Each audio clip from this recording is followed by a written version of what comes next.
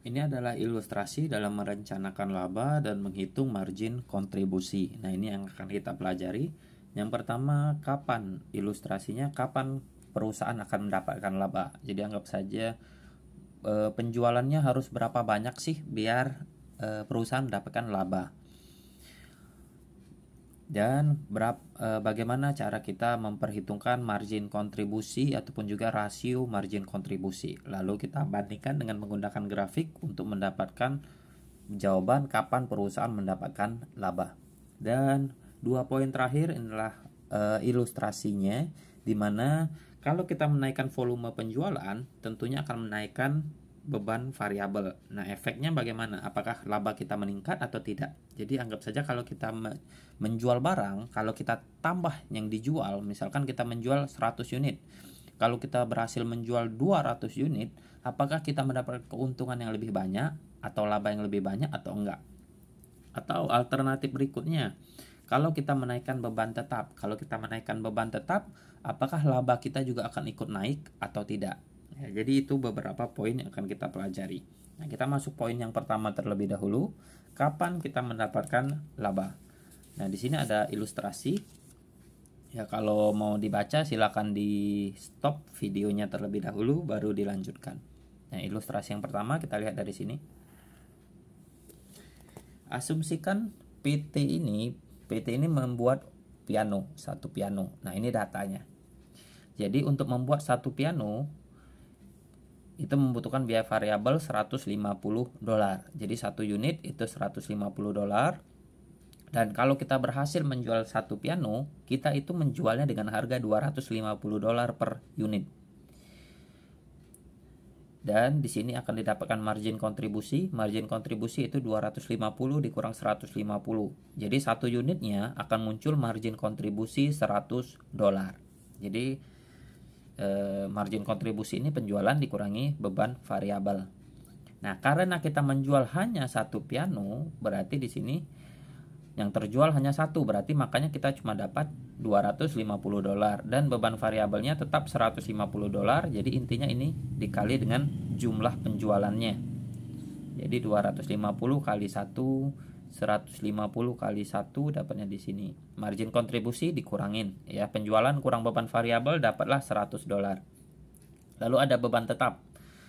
Beban tetap ini sebagai contoh ada sewa gedung ya. Kalau kita membuat piano ini kita menggunakan gedung yang kita sewa. Nah, gedung itu mau kita produksi ataupun enggak, kita memproduksi piano atau enggak ya, kita harus tetap bayar sewa. Jadi kalau kita memproduksi 1 unit ya kita bayar sewa $35.000. Kita memproduksi 100 unit ya kita tetap bayar sewanya $35.000. Nah, itu contoh dari beban tetap.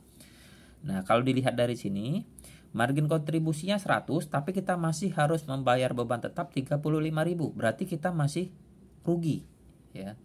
Dimana kita hanya mendapatkan $100 tapi kita masih harus membayar beban tetap $35.000. Jadi kita masih rugi $34.900.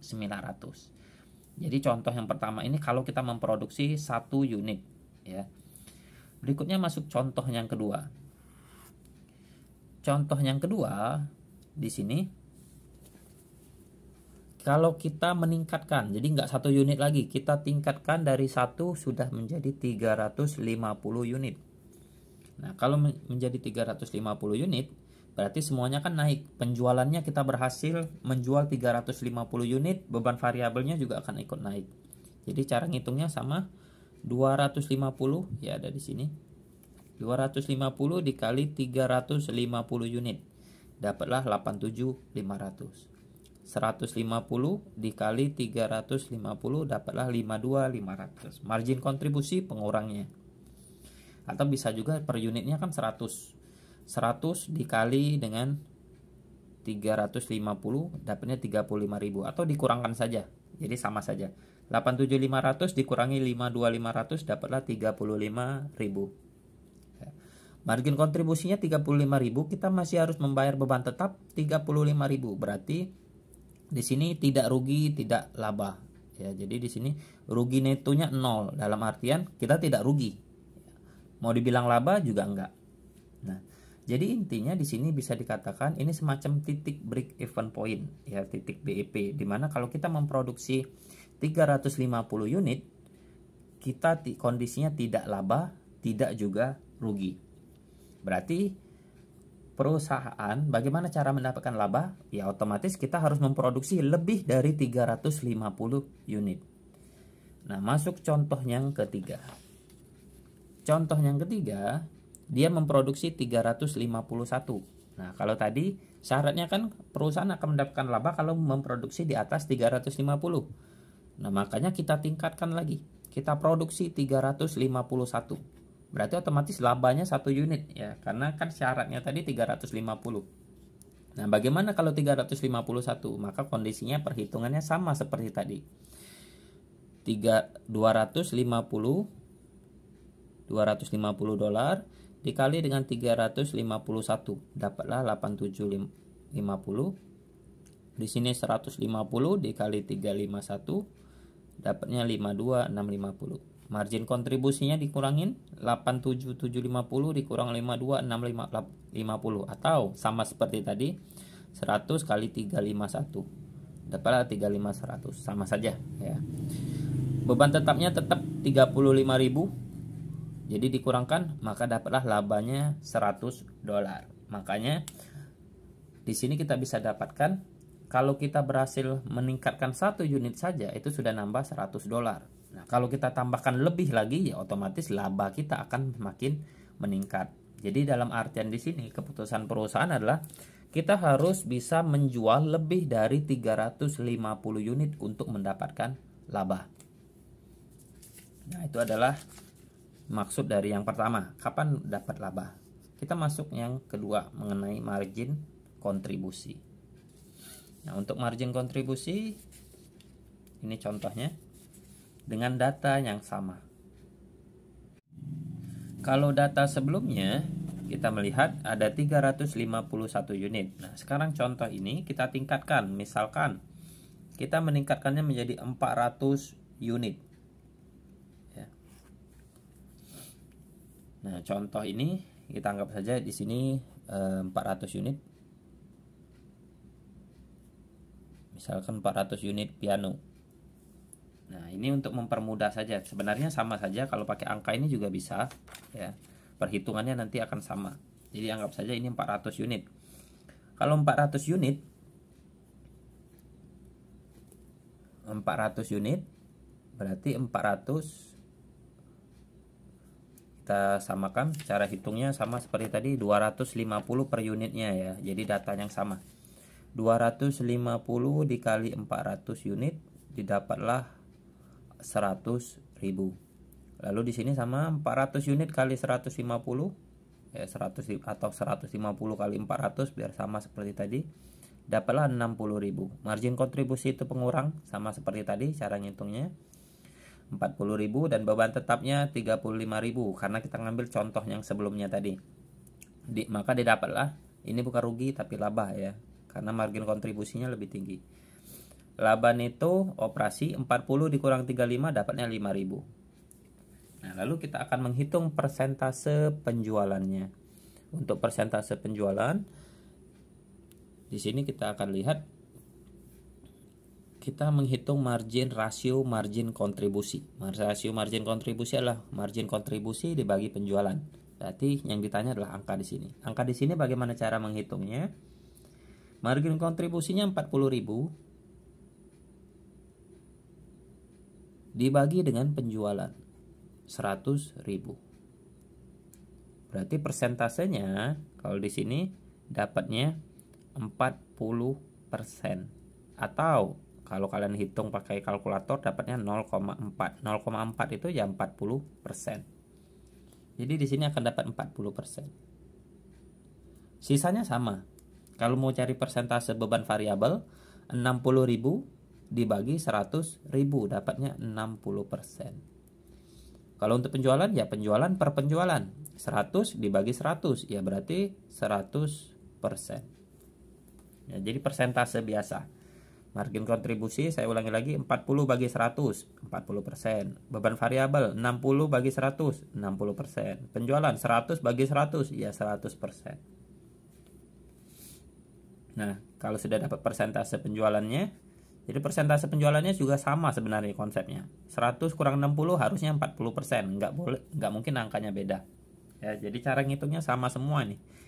Margin kontribusi itu penjualan kurang beban dapatnya ini, penjualan kurang beban dapat ini, beban variabel ya. 100% kurang 60% dapatnya 40%. Itulah penjelasan mengenai margin kontribusi. Jadi margin kontribusi itu penjualan dikurangi beban variabel.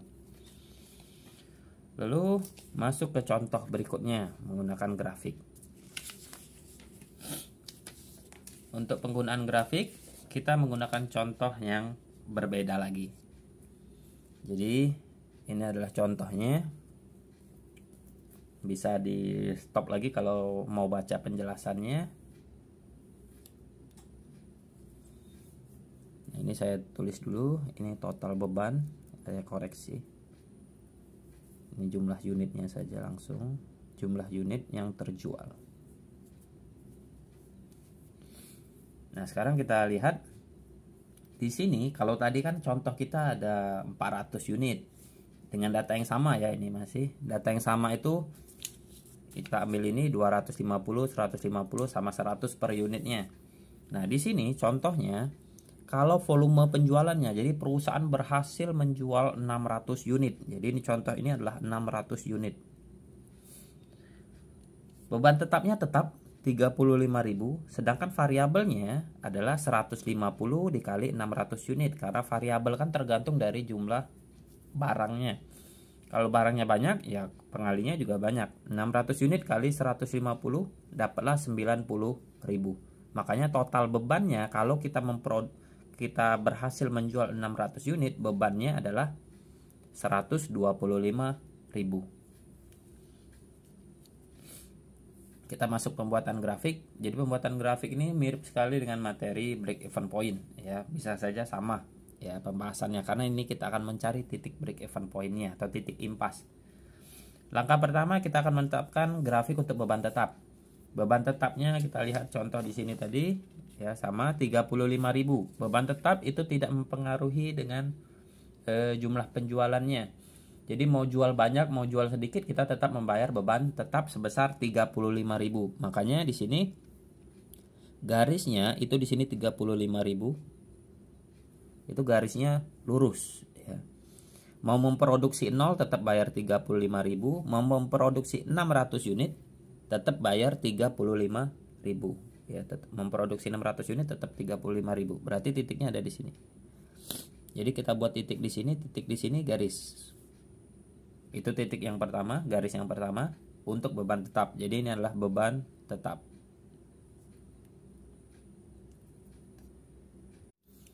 Titik yang kedua kita akan membuat total beban.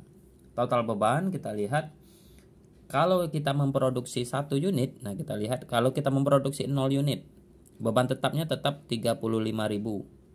Dan kalau kita memproduksi 0 unit, menjual 0 unit, berarti 0 dikali 150 hasilnya 0. Makanya kalau kita menjual 0 unit, tidak ada yang kita jual, berarti bebannya kita tetap total bebannya 35.000. Makanya titiknya di saat 0 di sini ada di 35.000.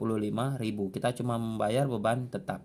Tapi kalau kita memproduksi 600 unit maka dapatnya 125.000. Makanya di titik 600, ini titik 600 ya. 600 letaknya ada di 125.000 di sini. Jadi ini titik 125.000. Nah, ini 125.000. Nah, ini adalah total beban. Lalu penjualan. Kalau penjualan, kita lihat penjualan itu 250 per unit. Jadi kalau kita menjual 0, berarti kita dapat penjualannya 0 juga.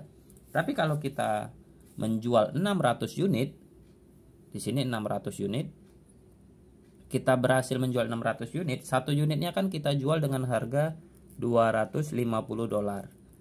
Berarti kita kalikan 600 kali 250 unit, dapatlah 150.000. Makanya titik untuk penjualan ada di 0, Dan kalau 600 unit kita berhasil menjual 150. Ini titik 150. Nah, barulah buat garis dari titik 0 ke sini. Ini adalah penjualan. Nah, berarti didapatlah di sini titik BEP-nya, ya, titik impasnya. Jadi kalau mau menjual harus di atas titik impas. Nah, di sini kalau kita dapatkan titik impasnya ada di 350 hitungan kita tadi. Ya, 350. Jadi kalau mau jual makanya harus di atas 350 unit agar perusahaan mendapatkan laba. Kalau di bawah 350 unit, penjualan kita masih di bawah total beban. Ini total beban. Jadi penjualan itu harus di atas garis ini. Harus di atas garis total beban. Nah, makanya kalau masih posisinya masih di sini, kita masih rugi. Nah, kalau ini sudah di atas, laba. Nah, itu adalah contoh yang tentang grafik. Berikutnya kita masuk ke sini. Nah, ini barulah kita masuk ke akuntansi manajemen. Nah, pada materi ini diasumsikan kalau perusahaan menaikkan volume penjualan, itu tentunya akan berefek di beban variabel. Karena semakin banyak yang kita jual, berarti produk kita juga semakin banyak. Otomatis akan mempengaruhi beban variabel kita. Nah, kira-kira kalau kita menaikkan volume penjualan, apakah kita akan mendapatkan laba yang lebih banyak atau enggak? Kalau dapat laba yang lebih banyak, otomatis perusahaan biasanya mengambil keputusan kita perbanyak volume penjualan. Target penjualan kita harus sangat tinggi sekali. Ya. Nah, kita ambil contohnya, ilustrasinya ada di sini. Ini barang yang berbeda. Di sini adalah dibahas tentang unit salon, ya. Tapi kita tetap berasumsi data yang sama. Data yang kita ambil adalah data di sini. Data yang pada saat kita membahas margin kontribusi tadi. Jadi anggap saja ini unit salon, bukan unit piano lagi, ya.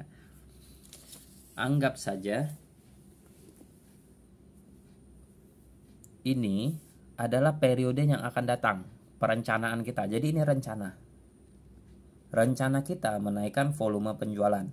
Sedangkan kondisi sekarang, jadi ini kondisi sekarang dan sudah terrealisasi. Kondisi sekarang itu terjual 400 unit. Jadi sekarang itu terjual 400 unit. Nah, untuk periode berikutnya, manajemen berencana kalau kita naikkan, kalau kita jual lebih banyak lagi. Nah, kita jual lebih banyak lagi 520 unit. Nah, jadi kita jual 520 unit. Kira-kira apakah bagus atau enggak bagi laba perusahaan? Ya, kenaikannya berapa banyak?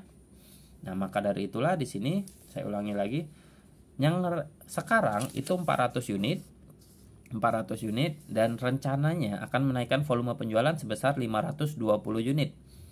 Nah, meningkatkan ini tentunya akan menaikkan penjualan kita sebesar $30.000. Yang dulunya 100, ya, dulunya 100. Nah, kita lihat dulunya 100, sekarang akan kita tingkatkan menjadi 130. Jadi data ini adalah data sekarang. Ini tinggal kita pindahkan, ini total yang 400 unit, ya. Jadi ini data 400 unit. 400 kali per unitnya adalah, saya catat lagi, per unit untuk penjualannya adalah 250, variabelnya 150, kontribusinya 100. Kita ambil data dari sini, ya, data sebelumnya. Nah, di sini kita lihat penjualannya 100.000 dolar dapatnya dari 400 kali 250. Beban variabel 400 kali 150 dapatnya 60.000. Jadi sama saja dengan cara perhitungan sebelumnya. Tinggal dikalikan saja. Nah, sekarang kita lihat ekspektasi tadi. Jadi anggap saja perusahaan berencana meningkatkan penjualan sebesar 520 unit. Jadi naik 120 unit. Naik 120 unit itu berarti 520. Jadi ekspektasi kenaikan ini 520 unit. 520 unit ini kalikan dengan $250. dolar per unitnya. Jadi cara ngitungnya sama. 520 kali 250 dolar dapatlah 130.000. Variabelnya 520 kali 150 dapatlah 78. Margin kontribusi itu tinggal dikurangkan saja. Nah, di sini kita bisa lihat ada kenaikan. Kenaikan sebesar 30 dari 100 ke 130, berarti naiknya 30. 60 ke 78 naiknya 18. 40 ke 52 naiknya 12. Itu cara yang pertama. Cara yang kedua juga bisa menggunakan persentase penjualan yang hasil kita membuat margin rasio ini tadi ya. Hasilnya seperti ini. Jadi kalau kita hanya dapat data 130.000 ini, sebenarnya kita bisa nyari beban variabel itu intinya 60% kali penjualan. Makanya di sini 60% kali 100 dapatnya 60. 60% kali 130 dapatnya 78. Begitu juga dengan margin kontribusi. 40% kali 100 dapatnya 40. 40% kali 130 dapatnya 52. Jadi konsepnya sama, mau pakai cara yang mana tergantung data yang kita miliki. Ya. Jadi kita lanjutkan. Nah, di sini kita lihat beban tetapnya tetap ya di sini. Dengan kita menaikkan dari 400 unit ke 520 unit, kalau 400 unit kita mendapatkan laba, ini laba. Laba neto sebesar 5.000, dan kalau kita naikkan jadi 520 unit, laba netonya jadi 17.000. Ya, ini dapatnya sama. 40 kurang 35 dapatnya 5, ini 52 kurang 35 dapatnya 17. Jadi ada kenaikan 12.000 dolar. Atau cara yang kedua, pakai cara yang ini. Cara yang kedua sebenarnya kita mencari 52.000 ini dengan cara 40%. 40% kali 130 dapatlah 52.000. Seperti cara yang kedua yang saya ajarkan tadi. Dikurangi beban tetap dapatlah 17.000. Jadi caranya sama. Kalau dari tabel ini jadi sudah terlihat ya dampaknya di sini sama saja. 52 kurang 35, di sini 52 kurang 35. Jadi saya terangkan kembali, fungsi persentase ini juga bisa langsung dikalikan dengan penjualannya. Ya, masing-masing ada. Kalau datanya cuma ada persentase penjualan, berarti tinggal kita kalikan dapatlah beban variabel. Jadi cara sebagai contoh, saya kasih contoh lagi di sini 78.000. Dapat dari mana 78.000? Cara yang pertama adalah 520 unit kali 150. Dapatlah 75.000. Cara yang kedua, 60% kali 130 dapatlah 78.000. Ya, karena ini 520 unit kan. Begitu juga margin kontribusi. Margin kontribusi caranya 130.000 kurang 78 dapat 52.000. Atau cara yang kedua, margin kontribusi kan 100. 100 kali 520 dapatlah 52.000. Atau cara yang ketiga, 40% kali 130 dapatlah 52.000. Jadi ada banyak cara untuk menghitung margin kontribusi. Nah, dalam hal ini tentunya akan meningkatkan laba kita akan semakin meningkat. Jadi kalau pada umumnya perusahaan akan meningkatkan penjualan mereka agar labanya juga semakin meningkat. Lalu kita masuk ke contoh berikutnya. Kalau kita menaikkan beban tetap. Sebagai contoh beban tetap adalah sewa gedung. Mau kita memproduksi ataupun menjual sedikit ataupun banyak, ya kita tetap membayar sewa gedung. Contoh berikutnya adalah iklan. Kita mau memproduksi dan menjual sedikit ataupun banyak, ya bayar iklannya tetap sama. Nah, sekarang kita ambil contoh adalah iklan. Nah, contoh berikut ini kita anggap saja produk yang berbeda tapi data yang sama. Jadi datanya masih sama mengenai kalau awalnya itu 400 unit. Jadi penjualan saat ini, nah ini datanya, penjualan saat ini itu adalah 400 unit. 400 unit. Nah, di sini kita lihat menjual 400 pengeras suara. Jadi dengan data yang sama ya. Jadi saya tuliskan lagi biar mudah. Ini per unitnya 250. beban variabelnya 150, margin kontribusinya tadi 100. Nah, biar ingat saja. Nah, di sini kita lihat soalnya. Menjual 400 pengeras suara dengan harga 250. Ini datanya, ya sudah dapat. Harga jualnya 250 unit. Untuk penjualan sebesar 100.000. Dapatnya dari 400 unit kali 250 dapatnya 100.000. Manajer penjualan berasumsi bahwa kenaikan anggaran iklan per bulan sebesar 40.000 akan meningkatkan. Jadi kalau perusahaan meningkatkan beban iklan 10.000, itu kemungkinan dapat meningkatkan penjualannya sebesar 30.000. Jadi kalau dia iklannya diperbanyak atau marketingnya diperbanyak lagi, jadi iklan di TV-nya mungkin durasinya lebih panjang lagi ataupun sering muncul di TV, maka dapat meningkatkan penjualan sebanyak 30.000. Nah, itu asumsinya. Nah, jadi kita lihat beban iklan ini masuk ke beban tetap karena tidak dipengaruhi oleh jumlah penjualan. Nah, kita lihat penjualan dengan penambahan iklan. Data yang kita dapat, penjualannya akan meningkat 30.000 unit, $30.000. Berarti dari 100.000 akan meningkat menjadi $130.000. Itu data yang kita dapat. Lalu beban iklan kita.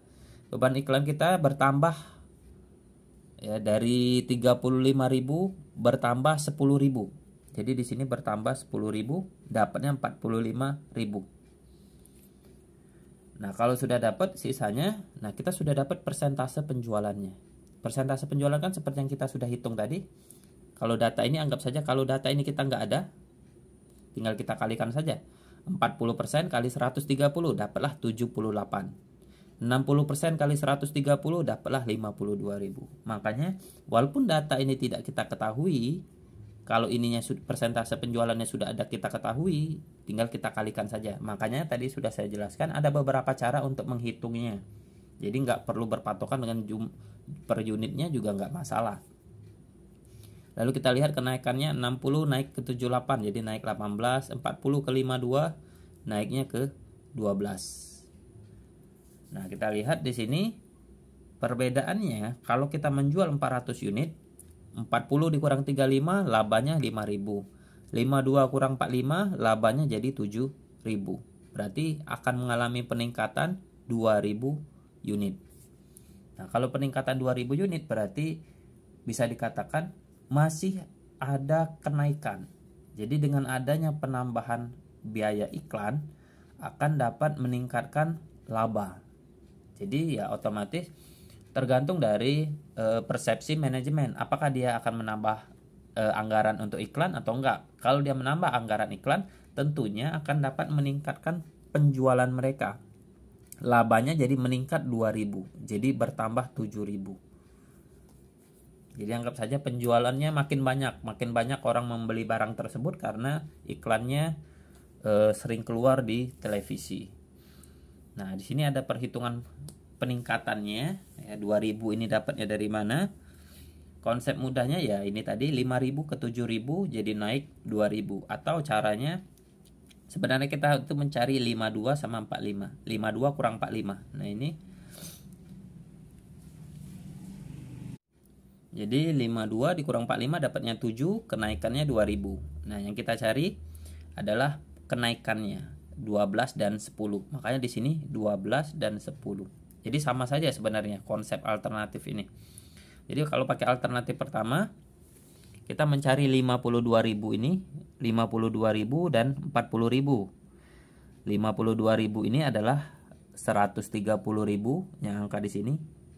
130 kali 40% dapatlah 52.000. Lalu di sini 400 unit. 400 unit dikali dengan 60% dapatlah 40.000. Jadi di sini dapatlah 12.000. Jadi intinya 452 kurang 40 dapatlah 12.000. Lalu di sini ada beban tetapnya, kenaikannya 10.000. 12 kurang 10 dapatnya 2. Dan di sini sama saja. Peningkatan marginnya bisa dilihat dari sini juga. Jadi konsepnya banyak sekali. Ini 6 di sini ada, ini bukan 60% ya. Ini 40%. Ini 40%, ini 60%. Nah, tadi tinggal silakan diralat. Ya, itu kebalik persentasenya.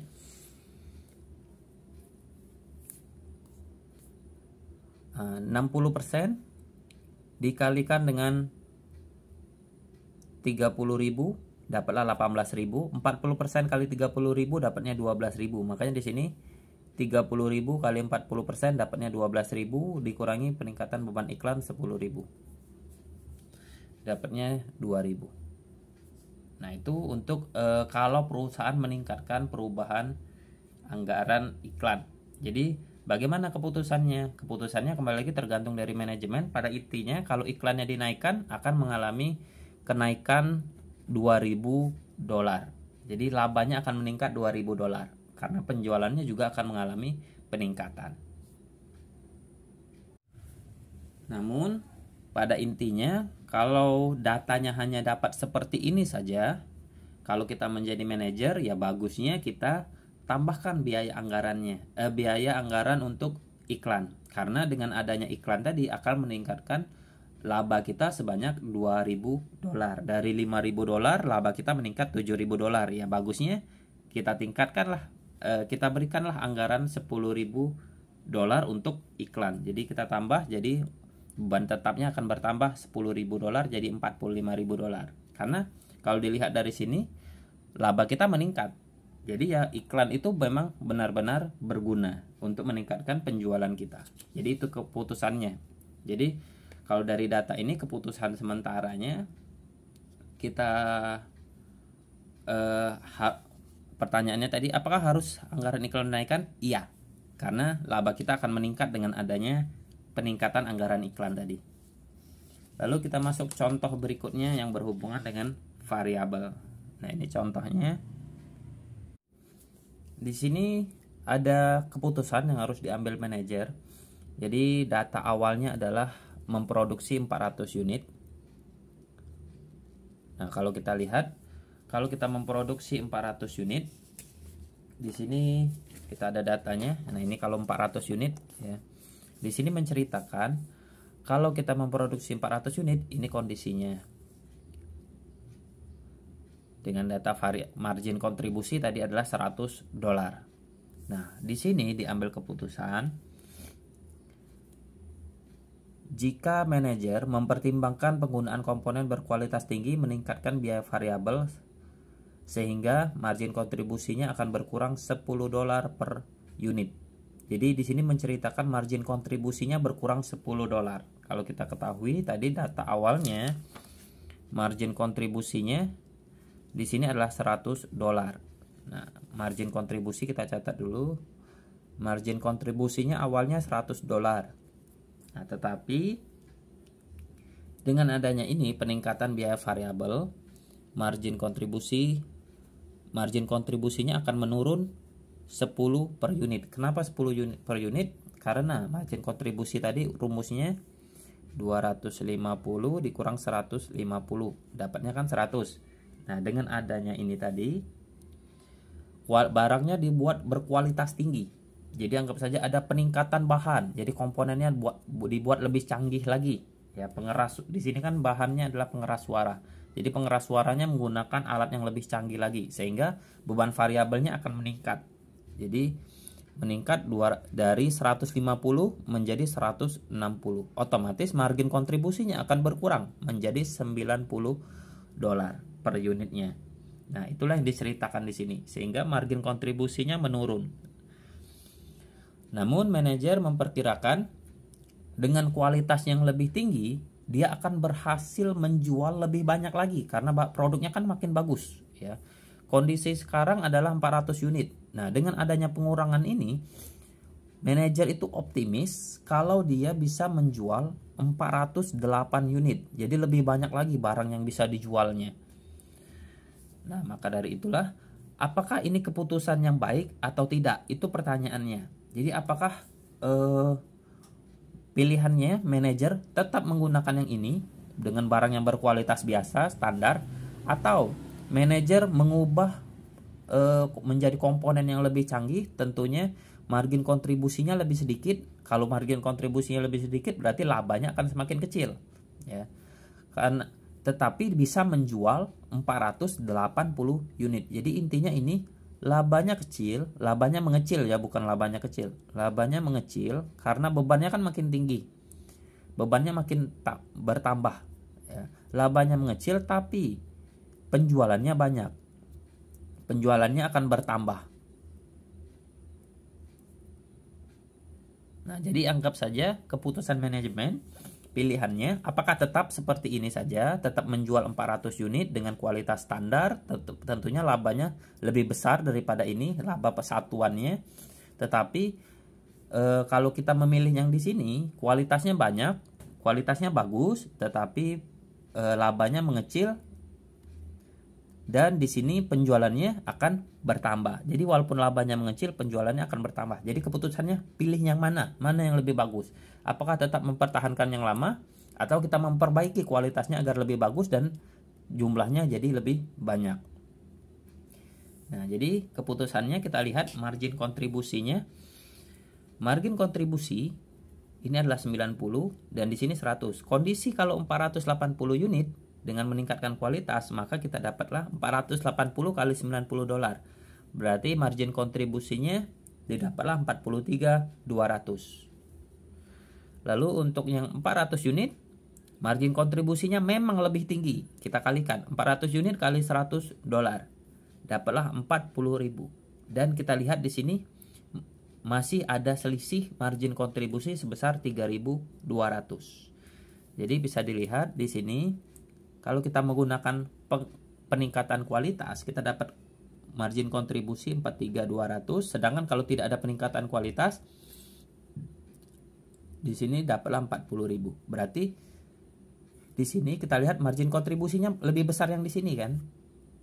Nah, makanya ada selisih 3.200. Berarti kesimpulannya, dengan kita meningkatkan komponen tadi berkualitas, margin kontribusi kita akan meningkat 3.200. Jadi apa kesimpulannya? Kesimpulannya, kalau kita menjadi manajer, kalau datanya sebatas ini, lebih baik kita mengambil alternatif yang ini.